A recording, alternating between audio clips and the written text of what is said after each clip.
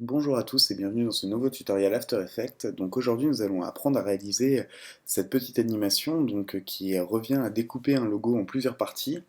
Donc les animer grâce à la 3D dans After Effects et création de caméra et de lumière pour les effets d'ombre et de déplacement de caméra. Nous verrons aussi comment découper ce logo d'une manière simple et précise. Ce tuto vient suite à la demande d'une personne sur YouTube qui se reconnaîtra. J'espère qu'il arrivera à réaliser son intro grâce à cela et que ce tuto vous aidera aussi, vous qui êtes tombé dessus peut-être par hasard. Voilà, donc on se retrouve tout de suite dans After Effects et nous allons créer une nouvelle composition. Donc en 1920 par 1080, vous choisissez la résolution que vous souhaitez en 25 images par seconde. Je vais la faire durer 20 secondes. Voilà. Et on va l'appeler base. Ok. Donc dans notre base, nous allons créer alors un texte qui va symboliser. Moi, je vais mettre un M. Carlsberg. Non, pas Carlsberg. En Arial, tiens. Allez hop, on va rester. Non, pas de Arial. Attendez 2 secondes. Donc, on va prendre une police un peu plus cool que le Arial.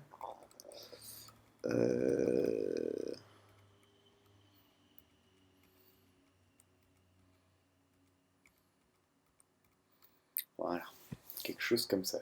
Bon, on va regarder en Carlsberg, hein, si vous n'avez pas cette police. On va aller en centurie gothique, voilà.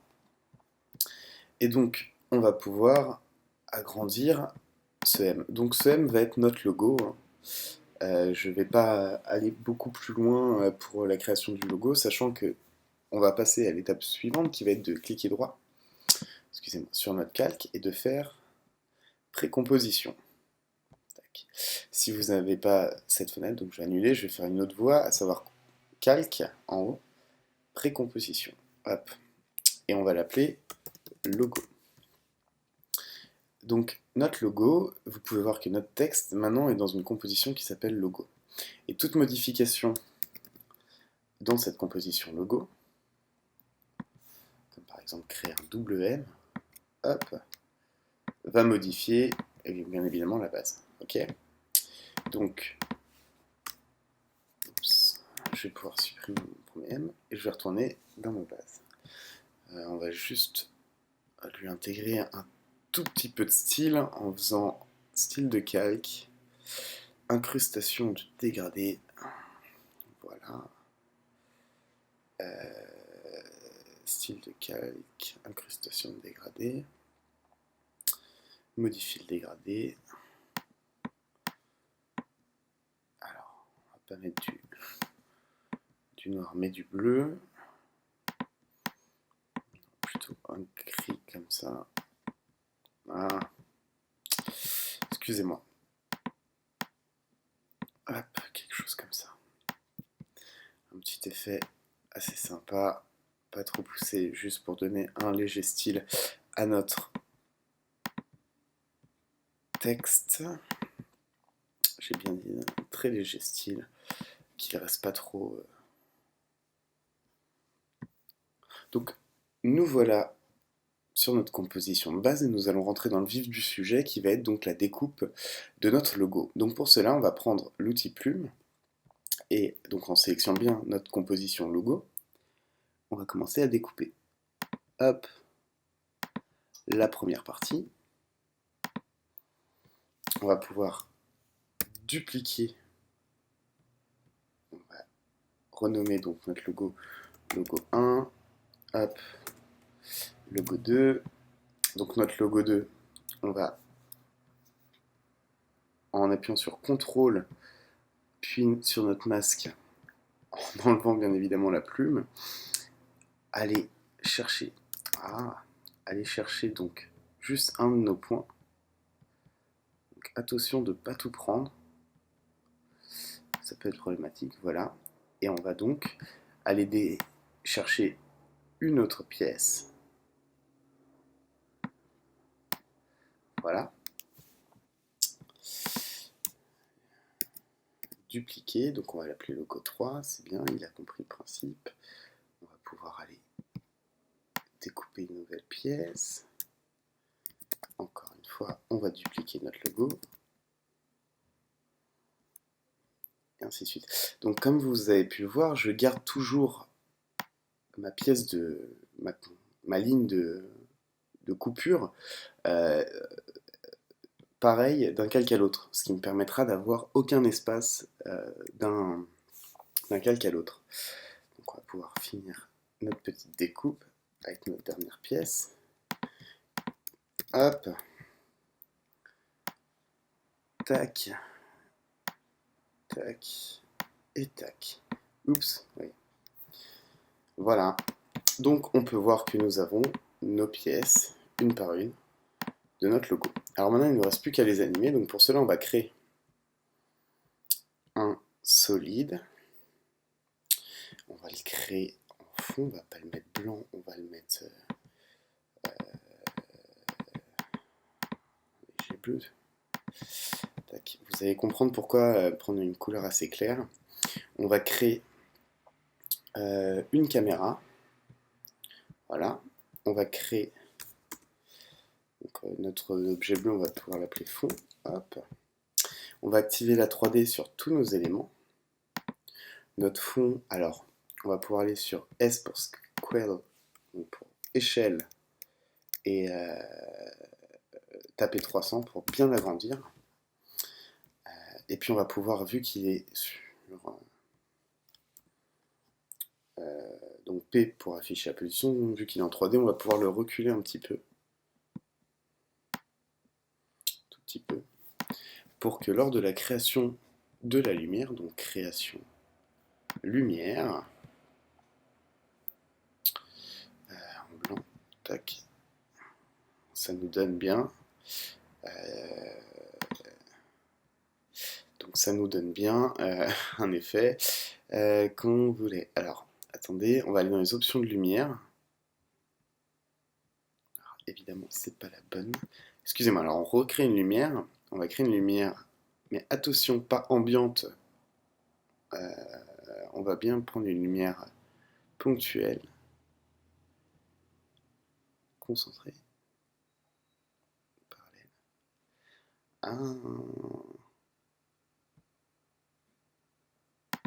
Okay. Voilà. Donc, une lumière ponctuelle.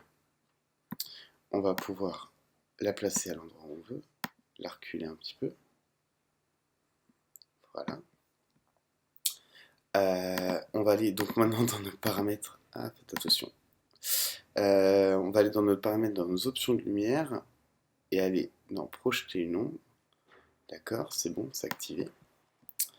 Alors par contre, on va aller dans notre fond, option de surface.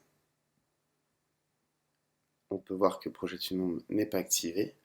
Et on peut voir aussi que donc sur tous nos logos, on va pouvoir aller travailler sur ce paramètre, sur tous nos logos, afin d'obtenir notre résultat. Donc, projeter une ombre, oui. Voilà. Alors, vous pouvez voir que notre texte, dès à présent, projette une ombre. Sauf que vous pouvez voir aussi que l'ombre n'est pas très belle. Donc, intensité de l'ombre, on va la baisser un petit peu. Voilà. Diffusion de l'ombre, on va l'augmenter. Voilà. Voilà. Donc, on va augmenter la dispersion de l'ombre au maximum, enfin un peu plus. On peut voir que ça met un peu plus de temps à calculer, mais voilà, l'ombre est un peu moins franche et ça rend beaucoup mieux. Donc, nous voilà avec nos pièces. Donc on peut voir les légères fractures. Donc pour cela, il va juste falloir dupliquer une dernière fois notre logo. Oups. Donc notre logo, et puis aller dans nos masques et supprimer l'intégralité de nos masques. Voilà. Alors, je vais pas me mettre en intégral, je vais me mettre en automatique. Voilà, comme ça va être un peu mieux pour mon ordi. Euh, et donc on peut voir que notre logo 6, qu'on va renommer logo full pour complet, celui-là en fait on le fera apparaître à la fin, hein. C'est notre backup pour qu'à la fin effectivement ça soit le bon logo qui apparaisse. Donc il apparaîtra voilà, à peu près cette distance-là. Avant cela, on va pouvoir donc sélectionner toutes nos parts du logo, faire P, activer les images clés de position, car évidemment, j'aurais pas dû faire ça. Donc activer les images clés de position et les déplacer à l'endroit où on souhaite, donc à peu près ici. Donc là en fait c'est la position idéale. Donc ce qu'on va pouvoir faire c'est déjà faire un décalage de nos positions afin qu'elles n'arrivent pas toutes au même moment. Donc voilà, à peu près. Et puis, par la suite, vous n'avez plus qu'à déplacer vos calques. Donc à la fois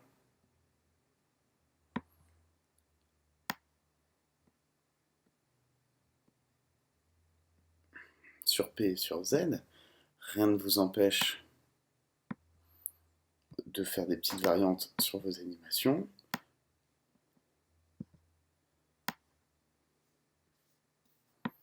Donc, hop, on déplace les parts.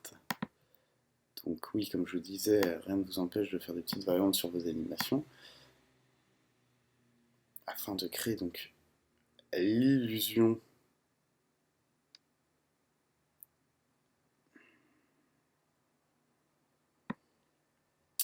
hop, alors là on va peut-être mettre moins 500. Non, c'est un peu trop moins 500. Vous voyez qu'il passe derrière la lumière et ça le fait pas trop, donc on va mettre moins 150. Hop, voilà. En fait, c'est pour donner un peu plus de reflet à la chose. On va pouvoir continuer donc ces petites étapes pour chacun de nos calques.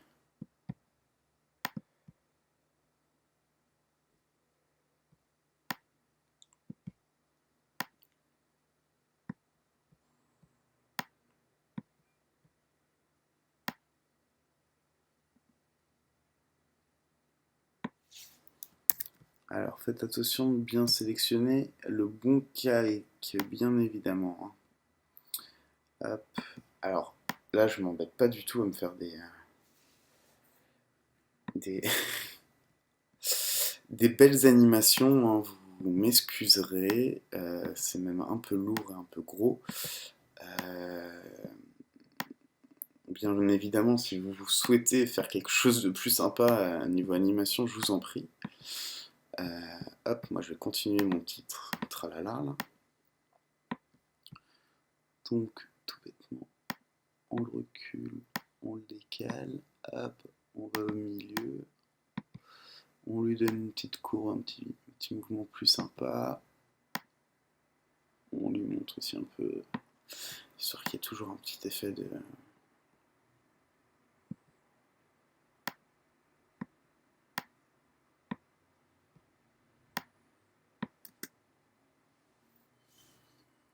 Donc on peut voir que mon animation est extrêmement lente. Oui, j'ai mal timé la chose. Alors, ce n'est pas très grave. On va rectifier ce petit souci de timing par la suite. Donc, je vais vous apprendre une petite technique à la franchise, à la bien. Donc on va sélectionner toutes nos images clés, on va appuyer sur Alt, et ça ne marche pas. Normalement, quand je fais ça, je sélectionne ces images clés, j'appuie sur Alt, ça marche. Donc oui, allez hop, on va rétrécir toutes nos images clés, la vitesse des choses pour que ça s'accentue un petit peu. On reste bien appuyé sur... Alors on appuie sur Alt avant de cliquer, hein, sinon ça marche pas. Donc voilà, puis là c'est pareil, un peu plus de punch. Donc en fait je rapproche mes images clés pour donner un tout petit peu plus de punch à ma vidéo. Voilà. Donc, bien évidemment il n'y a plus rien qui se passe, mais tout d'un coup,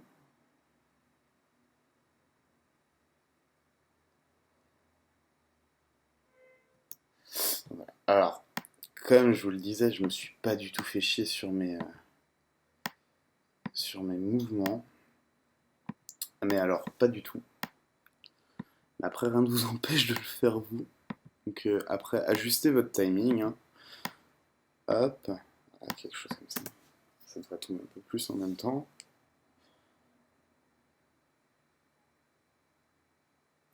Voilà. Et puis bon, on va faire se chevaucher un peu plus. Alors si on voulait, on pouvait les faire carrément se chevaucher. Hein. Je m'explique.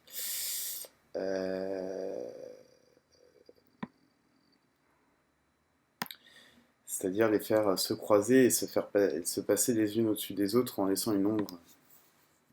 Donc voilà, on aurait pu, sachant que j'ai décidé de ne pas le faire. Et donc par la suite, on finit bien évidemment à la dernière jonction par faire coller notre dernier point de logo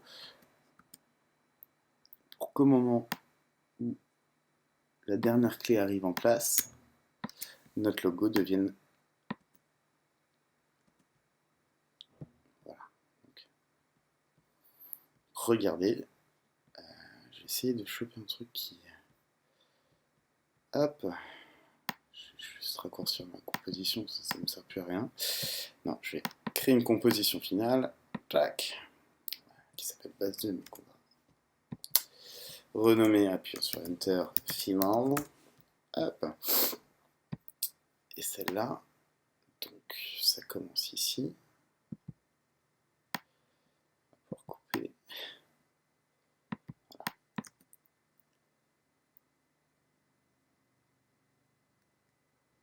Donc, voilà. Alors, comme vous pouvez voir, ça fait bizarre, il y a double ombre. Et double ombre pourquoi? Parce que bien évidemment, il faudrait couper tous les autres. Pourquoi? Parce que, tout bêtement, il y a plus d'épaisseur sinon. Donc, on coupe tous les autres au bon endroit. Donc, je reste appuyé sur Shift pour aimanter au niveau de ma barre de timeline. Et normalement, la transition devrait se passer beaucoup mieux.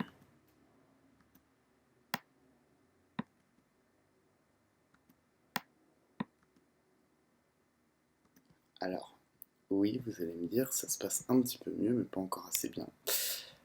Donc, en fait, ce qu'on va faire,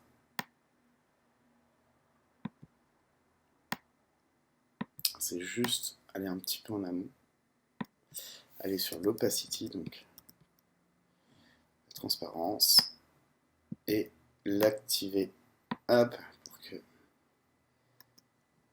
Alors là, il va falloir jouer du détail, les cocos, parce que il va falloir tout caler. Alors, moi, sur le mien, je vais pas perdre de temps à gérer bien mes trucs, mais alors vous, ce sera peut-être le moment de le faire. Et je m'explique. En gros, littéralement, plus vous serez proche de ce résultat-là,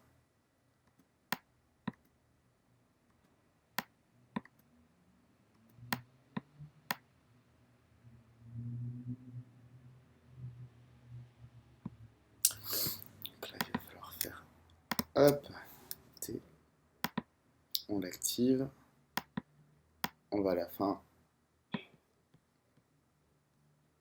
on active à 0.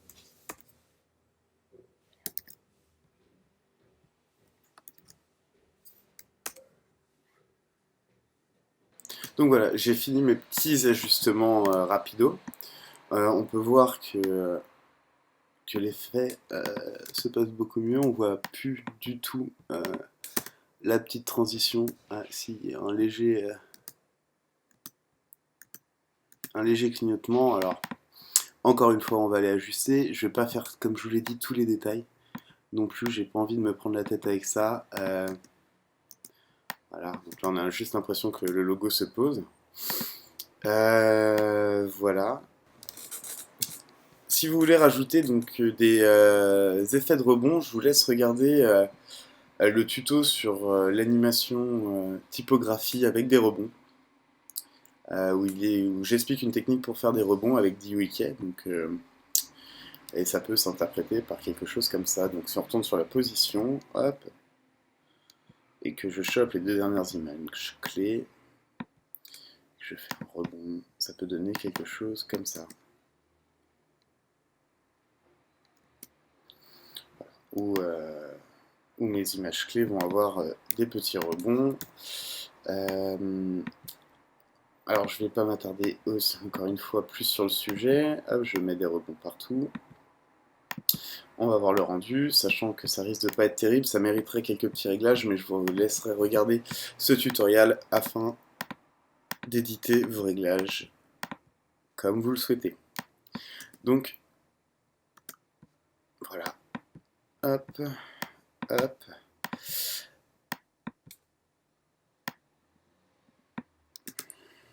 Et regardons cette petite animation. Donc oui, cette transition est un peu bâclée, je vous l'accorde, mais on peut voir les mouvements de rebond avant la jonction. Tac. Oui, bon, c'est un peu trop figé, trop vite. Et je vous laisserai faire vos petits réglages à souhait afin d'éditer la chose comme vous le souhaitez. Donc voilà, j'espère que ce tuto vous aura été utile. Je vous dis à très bientôt pour un nouveau tutoriel sur After Effects. Et éventuellement, si la personne m'ayant demandé ce rendu, enfin ce tutoriel m'envoie son rendu, je serai très content de voir le produit fini de cette formation. Voilà, à très bientôt.